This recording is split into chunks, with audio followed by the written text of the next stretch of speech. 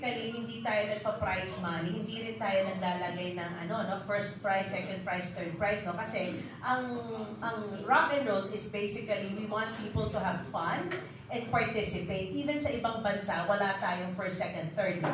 Pero we come up with a timing chip nga at saka final time because nga it's certified course to. Pero makakakuha sila ng isang t-shirt sa registration at kung finisher ka ng 42K, magkakaroon ka ng finisher medal. At of course, lahat ng mga pamigay ng ating mga sponsors at partners sa finish line at sa expo natin. Yung previous two races, RNR races, 12 midnight din? Opo. Actually, sir, noong 2022, we had to do it AM, PM. Kasi post-COVID yun eh. So, noong 2022, we had a 5 AM race and a 5 PM race because we were not sure if IATF will allow sabay. So, ang ginawa natin noong 2022, 5 AM, 10K and 5K. Tapos noong 5 PM, 42 and 21. Pero nitong 2023, na wala ng pandemic, 12 o'clock midnight na rin siya. Kasi naman, alam niyo naman ang Manila traffic, di ba? Yes. Pakwento naman yung reception ng Manila doon sa event ng may mga banda, ano yung tsura nun? At sino yung, for this year, sino yung naka-line up ng mga bandang mag-perform? Actually, surprise yung main act namin kasi sinasarapan namin siya. Pero Sir Nelson, sigurado ko may DJ, madaming boombox, merong cheering people around, plus dun sa may Calle Real sa loob ng Intramuros, meron kaming mga pakyut doon na akala mo hindi part ng karera namin, pero part pala sila. Yung Calle Real, ito yung sa loob ng Intramuros na, ano yung tawag doon sa cobblestone siya. Malapit sa San Agustin.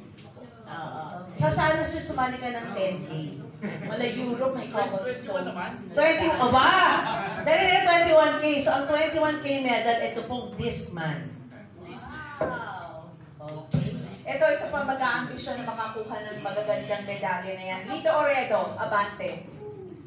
Good morning, ma'am and gentlemen. Just like to ask, ano yung mga international marathon na pwedeng ma-qualify dito sa rock and roll? Kasi si Anthony ito, nananak mo talaga ito, 42. And veteran na to, nakaka-100 kilometers siya. Bali po yung mga majors po natin, usually when you're applying for a slot sa mga majors, like if we're talking about Boston, New York, Tokyo, Berlin, London, Chicago, so all this po, yung time po na mapopost natin dito sa 42K natin, you can use it to apply to get a slot based on your qualifying time to get a slot po to join these major races po.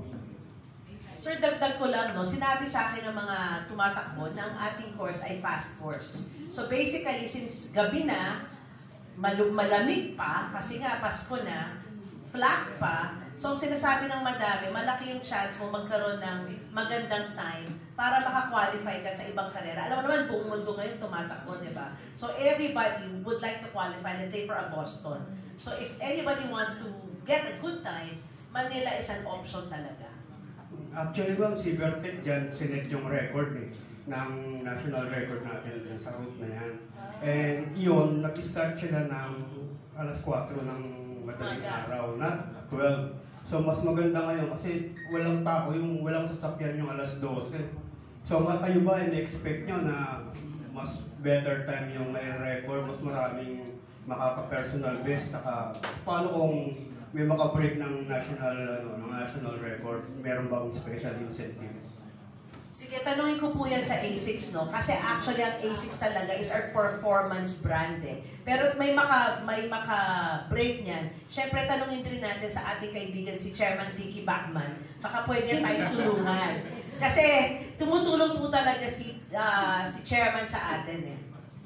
Sir Julian? Ano lang po natin, sakayaan ko lang po, yung route po natin, full road closure po tayo dito. So no vehicles will be allowed except yung sa mga official vehicles po ng organizer and then of course our officials. But other than that, any private vehicles, any public transport are not allowed po to enter yung race course natin during the duration of the race.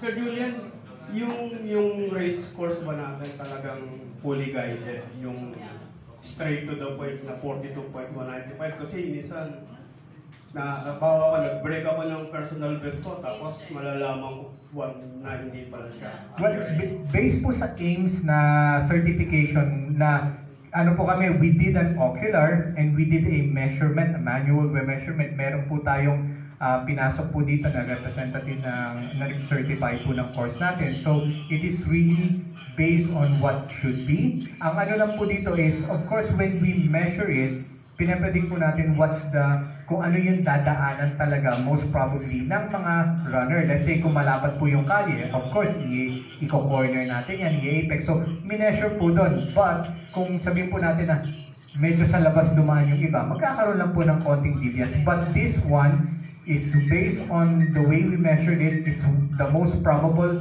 line that the runner will take in order to finish the course. It's exactly po dun sa world standard po. Aba Cordero, Philippine Star. Good morning po. Ma'am, ito po bang A6 rock and roll, naka-lockout po ba to sa Manila lang or you're also open to other LGUs and even farther sa mga provinces po? Actually, good to see you, Aba.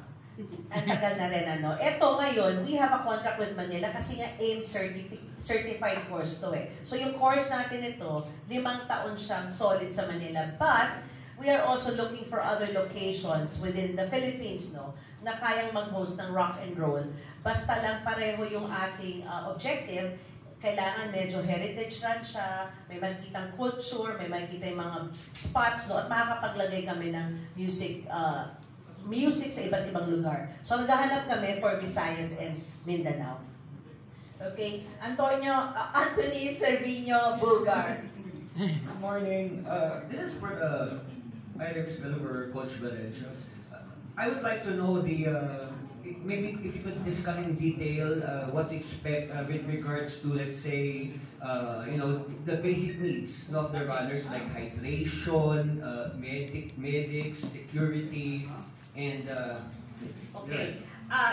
Simulan ko, tatapusin na lang yan. No? Since this is an Ironman brand, no, we really have designated requirements in terms of number of ambulances, number of aid stations, and sa aid station natin dapat kompleto tayong may electrolyte at meron tayong tubig, meron tayong salty chips kasi kailangan natin ng salt habang tumatakbo, and syempre meron tayong mga finish line recovery food, no? Ambulances natin, for sure, we will definitely have more than the normal race because we would like to be able to cover all the areas kung sakaling meron namang mangyari.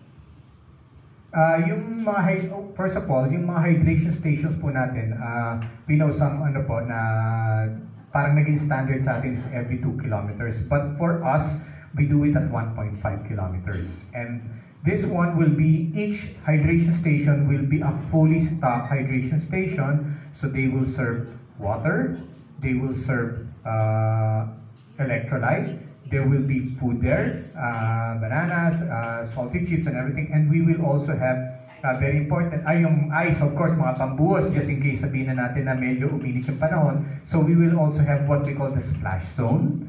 And then each station will have their own portalets for the convenience of our runners. And then for the, and then we will have marshals who will direct all the participants to the right direction. May it be a 42K, 21K, or a 10K, 5K. Each of one kasi, like the 42K will do a 3-loop of our course. And then the 21K, medyo shorter yung route niya, but if they will do a 2-loop course, and then the 10K will do a 1-loop course, and then the 5K, basically it's like the stretch of Roas Boulevard all the way dun sa papuntang Andes Circle, and then go back to the finish line. So each marshals will be directing them, telling them where to go.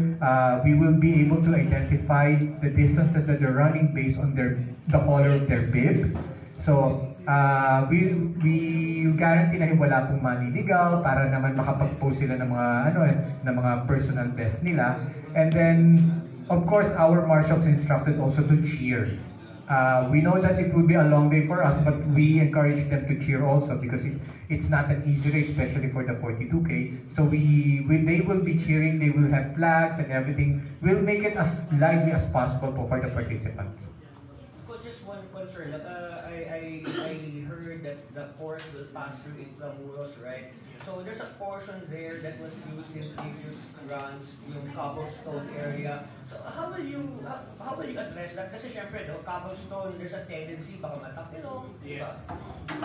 We actually, yung sa ano po, both ends of Real, we put a medical assistance there. But we always tell our participants that they are familiar with Intramuros to be careful about the cobblestone, that if they need to slow down a bit on that portion, and we encourage them to do so. But there will be a lot of marshals, a lot of medical people on both ends of the Real Street to really take care of our runners. And then yung Real Street po natin is well lit para naman po makita po ng mga participants natin yung tinatapakan po nila. So lastly, for Ms. Cadura, the pre-event, the front act event in Cavite, will we see the same standards or to be applied in the main event? Correct. Para ma-practice rin yung mga tao kung ano ang expect nila sa Manila, ma-practice rin nila yung oras nila, ma-practice nila yung nutrition nila, at where are they in their training program with regards kung 21K, 10K o 5K ba yung kanilang tatahakin. Meron din tayo music para masanay. Kaya talagang front act siya. And of course, since front act siya, hindi siya yung super sikat na mga mga music, iba. It's really a front act compared to the main act. Okay, thank you. Okay. Takbo ka, ha? Takbo ka? Ikaw daw, takbo ka. Okay, 42. 42? Okay. Kung kami ay tatakbo sa 5K,